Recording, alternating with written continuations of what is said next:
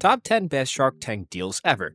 Shark Tank is in its 13th season, and it's well known that even companies that don't make it past the pitch phase benefits from a sale boost known as the Shark Tank effect. However, some products have been significantly more successful than others, allowing some creators to stop living paycheck to paycheck. So, let's dive into the video to know the top 10 best Shark Tank deals. Here we begin. Kodiak Cakes. It's difficult to break the habit of reaching for Bisquick pancake mix.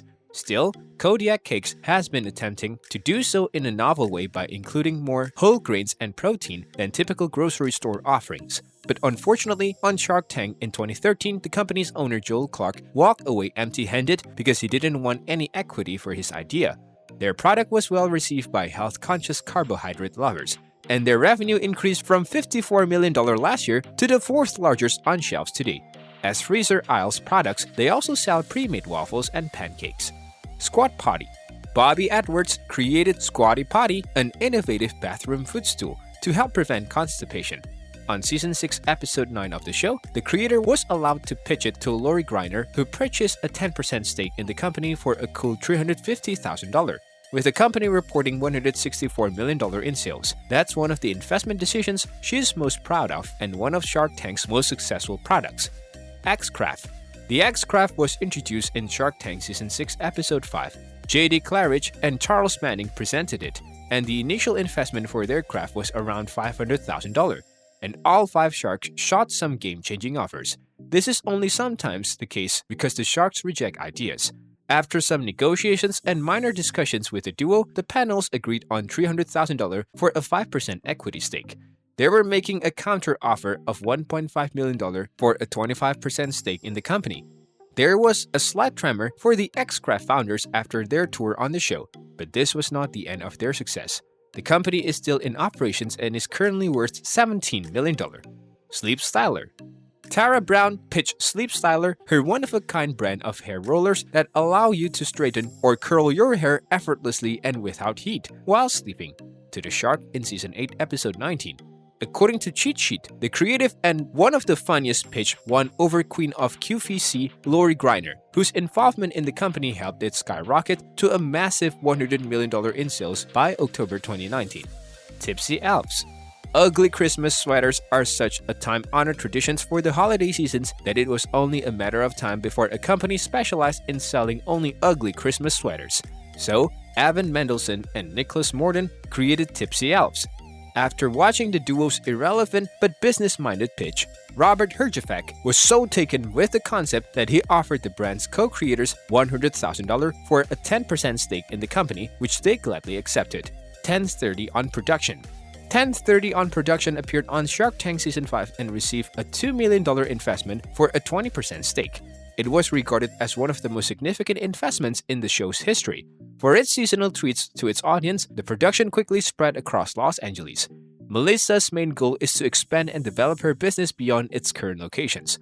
Mark Cuban, the owner of the Dallas Mavericks, did not hesitate to invest in the company because Melissa has demonstrated its massive revenue generations each fall. Sure, this would be the world's most successful Halloween-themed entertainment company. Scrub Daddy.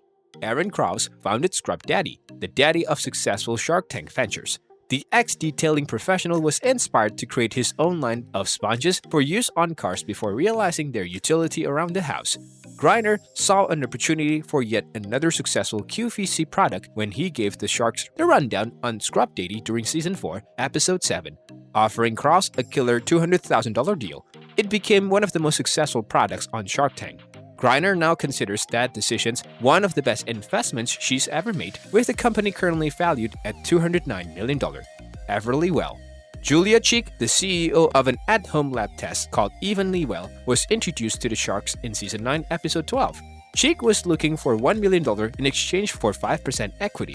While most sharks declined because they believed the company would eventually require more than $1 million, Lori Greiner jumped in. Lori agreed to a $1 million line of credit at 8% interest and a 5% stake in the company.